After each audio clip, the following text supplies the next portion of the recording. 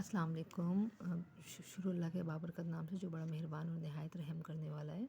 सल्लल्लाहु अलैहि या मोहम्मद नूर मिन नूरिल्लाह। बेटा हमने पहले एक्सरसाइज 1.1 हम कर रहे थे सिंटेक्स बुक की यूनिट 1 है जिसका नाम है real number and complex number. Question number 1 मैं डिटेल में आपको एक्सप्लेन कर चुकी हूँ। अभी हम करने जा रहे हैं क्वेश्चन नंबर 2। अगर आप देखें तो इसमें लिखा है convert the following into decimal fraction, also indicate them as terminating and non terminating decimal fraction. सबसे पहले बेटा देखें, बात ये है कि आपको ये पता होना चाहिए कि टर्मिनेटिंग डेसिमल्स क्या होते हैं और नॉन टर्मिनेटिंग डेसिमल क्या होते हैं।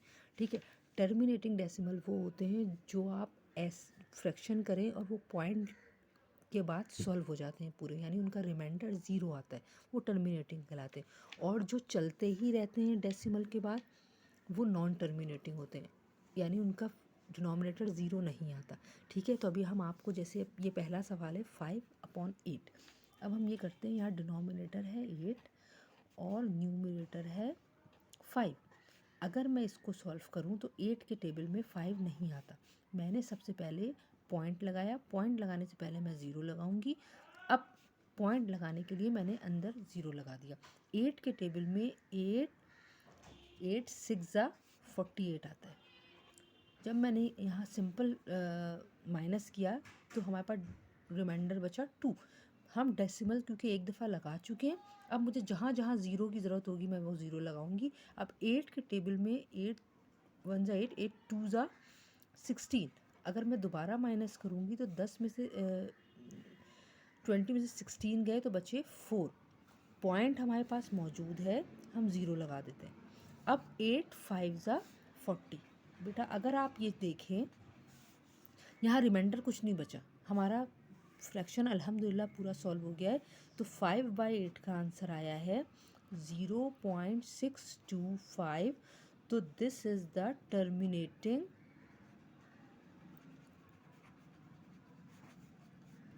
डेसिमल।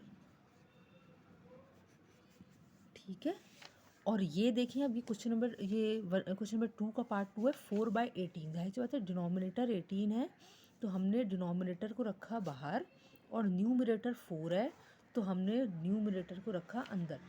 अगर आप ये देखें कि 18 के टेबल में 4 नहीं आ सकता तो मैंने दोबारा पॉइंट लगाया, पॉइंट से पहले मैंने ज़ीरो लगाया और अंदर मैंने ज़ीरो पुट कर दिया। अब मैं 18 का टेबल पढ़ूंगी तो मुझे पता है 18 2 ज़ा 36। अब अगर मैं उसको सिंपल माइनस करती हूँ तो आंसर बचा 4। पॉइंट मैं लगा चुकी हूँ, मैं एक और ज़ीरो अपनी तरफ से लगाऊंगी। अगेन 18 2 ज़ा 36, अगेन रिमाइंडर बचेगा 4। मेरे पास डेसिमल है, मैंने एक और ज़ीरो लगाया, अगेन 2 से किया, आया 36। अब बेटा आप लोग देख सकते हैं कि हर स्टेप पे रिमाइंडर 4 बच रहा है और हम डेसिमल जैसे ज़ीरो लगा रहे हैं। ये 0.222 मतलब ये चलता ही रहेगा, यानी ये इसका रिमाइंडर ज़ीरो नहीं आया है। तो ये है नॉन टर्मिनेटिंग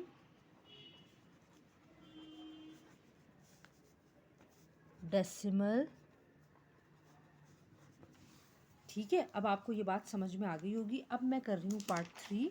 पार्ट 3 है 1/15, 1/15, और पार्ट 4 है 49/8।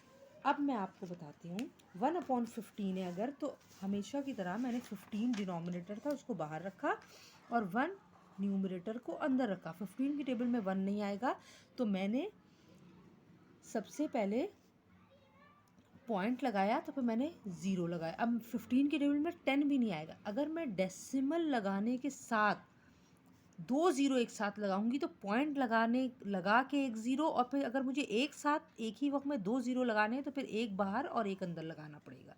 ठीक है, और ये पॉइंट से पहले भी मैं ज़ीरो लगाऊंगी। अब 15 1 ज़ा 15, 15 6 ज़ा होता है 90। सही है, अब ये बचा 10, अगेन पॉइंट लगा हुआ 100 होगा, फिर 6 ज़ा 90, फिर ये बचा 10। ठीक है, फिर 6 ज़ा 90 और ये 10 दोबारा रिमाइंडर में, मतलब ये चलता ही जाएगा चलता ही जाएगा। वैसे हम पॉइंट के बाद डेसिमल के बाद 3 डिजिट तक सॉल्व करते हैं, उसके बाद हम उसे छोड़ देते हैं। तो ये 1/15 बराबर हो गया है 0.0666। तो ये भी क्योंकि डिनोमिनेटर ज़ीरो नहीं हुआ है तो ये है नॉन टर्मिनेटिंग डेसिमल। अब ये है 8/49। 8 बाहर है क्योंकि डिनोमिनेटर है, 49 अंदर है। मुझे अभी डेसिमल की ज़रूरत नहीं है, क्यों? क्योंकि 8 के टेबल में 49 नहीं आएगा तो या उससे कम आएगा या उससे ज़्यादा आएगा। अभी चेक कर लेते हैं। अभी हमने 8 6 48 होता है, ठीक है। 8 6 48, रिमाइंडर बचा 1। अब मुझे डेसिमल की ज़रूरत है, मैंने डेसिमल लगा के एक ज़ीरो लगाया। 8 1 8 बचा 2। अब डेसिमल लगा हुआ, मैंने ज़ीरो लगा दिया। अब बचा 8 2 16, मैंने माइनस किया, बचा 4। डेसिमल लगा हुआ है, मैंने ज़ीरो लगाया। 8 5 40। आप देख सकते हैं बेटा कि ये पूरा डेसिमल सॉल्व हो चुका है। तो अब ये 49/8 का आंसर है 6.125। रिमाइंडर ज़ीरो है तो ये हो गया आपका टर्मिनेटिंग डेसिमल, ठीक है। अब आपका पार्ट 5 है। उम्मीद करती हूँ अल्लाह ताला से कि इंशाअल्लाह ताला अल्लाह हमें इस काबिल बनाए कि हम समझा सकें और आपको इस काबिल बनाए कि आप समझ सकें, ठीक है।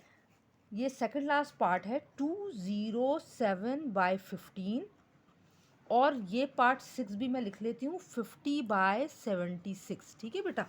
अब पार्ट 5 देखिए, डिनोमिनेटर है 15, ठीक है। न्यूमरेटर 207 ये मैंने अंदर लिख दिया। 15 1 15, सही है। बचा 5 और ये मैंने नीचे कॉपी डाउन किया, 57 हो गया। अब मुझे पता है 15 3 45, ठीक है। अब मैं जब इसको माइनस करूँगी तो मेरे पास बचा 12, ठीक है। मैंने लगाया डेसिमल और ये मैंने ज़ीरो लगा दिया। अब मुझे पता है 15 8 120। आप देख सकते हैं अच्छी तरह, रिमाइंडर ज़ीरो है, यानी 207/15 बराबर हो गया 13.8 के। क्योंकि ये आगे सॉल्व नहीं हो रहा तो ये भी हमारा टर्मिनेटिंग डेसिमल है। अब ये लास्ट पार्ट है बेटा, 76 डिनोमिनेटर है। 76 को मैं रखूँगी बाहर, 50 न्यूमरेटर है, 50 मैं रखूँगी अंदर। लेकिन 76 के टेबल में 50 नहीं आएगा तो मैंने लगाया पॉइंट और लगाया अंदर ज़ीरो। और पॉइंट प्रोमिनेंट करने के लिए पॉइंट से पहले लगाया ज़ीरो। अब 76 का टेबल अगर मैं पढ़ूंगी तो 76 6 बन रहे हैं 456। अगर मैं इसको माइनस करूं तो फिर मेरे पास आंसर आएगा 44 आएगा। पॉइंट मेरे पास लगा हुआ है, मैंने एक ज़ीरो लगाया। अब मैं 5 76 5 अगर करूं तो मेरे पास आंसर आ रहा है 380। अगर मैं इसको माइनस करती हूँ तो मेरे पास आता है 60। अगेन मेरे पास डेसिमल है, मैंने एक ज़ीरो और लगा लिया डेसिमल की वजह से। अब 7 76 7 532, ठीक है। अगर मैं अब इसको माइनस करूँगी तो मेरे पास आएगा 68। पॉइंट मेरे पास लगा हुआ है, मैंने इसको एक और ज़ीरो लगा दिया। अब ये मैं देखूँगी तो 8 होता है 76, 8 है 608 और मेरे पास बचा 72। अगर देखें पॉइंट के बाद वैसे 3 नंबर पे हम बेसिकली रुक जाते हैं, लेकिन फिर भी मैंने 4 नंबर के साथ सॉल्व कर दिया। अब ये और चलता रहेगा, इसलिए हम यहीं पे रुक जाएंगे। 50/76 बराबर है 0.6578। क्योंकि ये चले ही जा रहा है, ख़त्म नहीं हो रहा, तो ये हमारा है नॉन टर्मिनेटिंग डेसिमल। मेरे प्यारे बच्चों, क्वेश्चन नंबर 2 भी अल्हम्दुलिल्लाह पूरा सॉल्व कर दिया है मैंने आपकी आसानी के लिए। एक एक बात डिटेल में समझाइए। उम्मीद करती हूँ कि आपको बहुत अच्छे से समझ में आ गया होगा।